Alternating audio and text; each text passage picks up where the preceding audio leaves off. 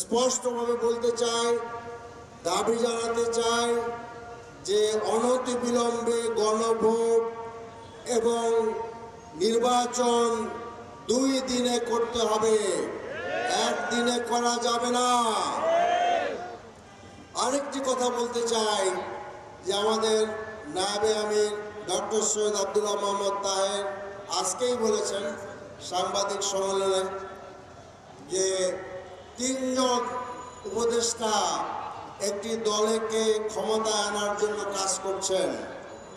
আপনাদের নাম আমরা জানি, আপনাদের কথোপকথন আমরা জানি। যদি প্রয়োজন হয় আপনাদের নাম ধরে জাতির সামনে আমরা আমাদের বক্তব্য রাখব। অনতিবিলম্বে এই পার্শিয়াল ভিউ, পার্টিজান ভিউ ত্যাগ করতে হবে। এবং আমরা মনে করি doctor Yunus, professor doctor Yunus যেটা বলেছিলেন যে ইতিহাসের সেরা নির্বাচন করবেন, কিন্তু আমরা তার কোনো লক্ষণ দেখতে পাচ্ছি না। আমরা লক্ষণ দেখছি ভিন্ন, একটি লুটপাটের নির্বাচনের পায়তারা করা হচ্ছে।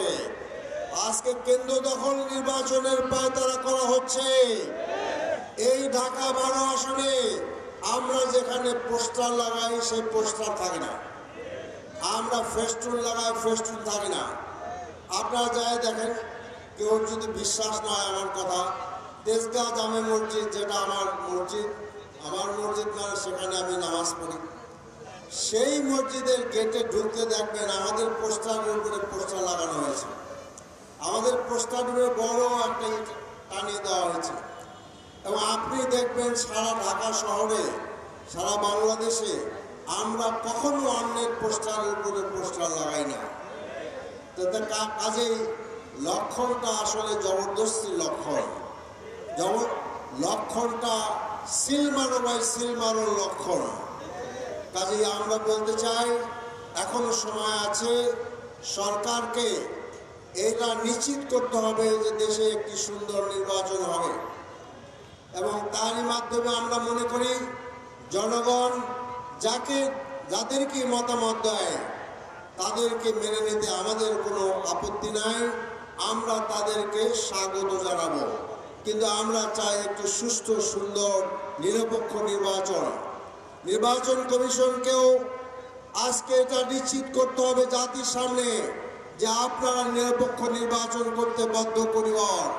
তা না হলে সাদ্দাম যেমন বলেছে, আমি আবার সে কথা বলতে চাই যে আমরা রাজপথে রক্ত দিয়েছি, আমাদের মা বোনেরা তাদের জীবনে রক্ত দিয়েছে। শিশু তার মাকে হারিয়েছে, মা তার শিশুকে হারিয়েছে, অনেক মায়ের বুক খালি হয়েছে। 2000-এর মতো লোকদেরকে হত্যা করা হয়েছে, যাদেরকে বেওয়ারিশ দাফন করা হয়েছে তাদের হিসাব এর মধ্যে নাই। এবং প্রায় 40,000-এর মতো লোকদেরকে আহত করা হয়েছে। কেউ তার চোখ হারিয়েছে, কেউ তার হাত হারিয়েছে, কেউ পা হারিয়েছে। তাদের গায়ের এখনো সেই দাগগুলো এখনো শুকায় নাই।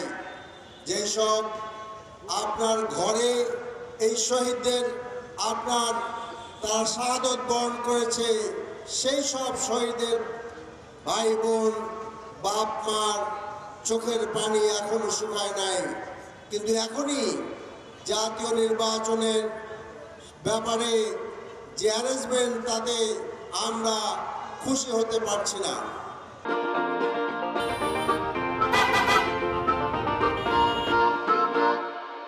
সংগ্রামী ভাইয়েরা আমার, আজকে আমরা এই যে আমাদের জুলাই 36-এ যারা জীবন দিল, তারা কি জন্য জীবন দিল?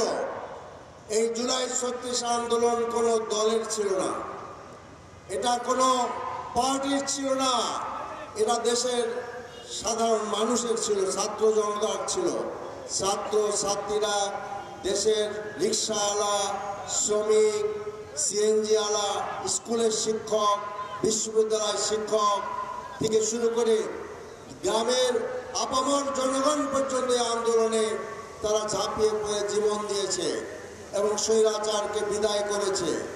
তাদের উদ্দেশ্য হলো যে বাংলাদেশে 53 বছরের শাসনে তারা জীবনে কখনো শান্তি পায় নাই। তিনটি দল এই 53 বছর দেশ শাসন করেছে, আপনারা জানেন। এর একটি দল হলো আওয়ামী লীগ, আর একটি দল হল জাতীয় পার্টি, আর একটি দল হলো বিএনপি। এই তিনটি দলের শাসন দেখে আমরা যেটা বুঝতে পারি, আমরা যেটা উপলব্ধি করতে পারি, দেশের মানুষ যেটা জানে, সেটা হলো তিন দলের মধ্যে বেসিক্যালি কোনো পার্থক্য নাই। এই তিন দলের এজেন্ডা একটাই, সেটা লুটপাট। আজকে ৩৬ জুলাই আন্দোলনের পরে আপনার প্রায় ১.৫ বছর হতে চলো, চাঁদাবাজি বন্ধ হয় নাই।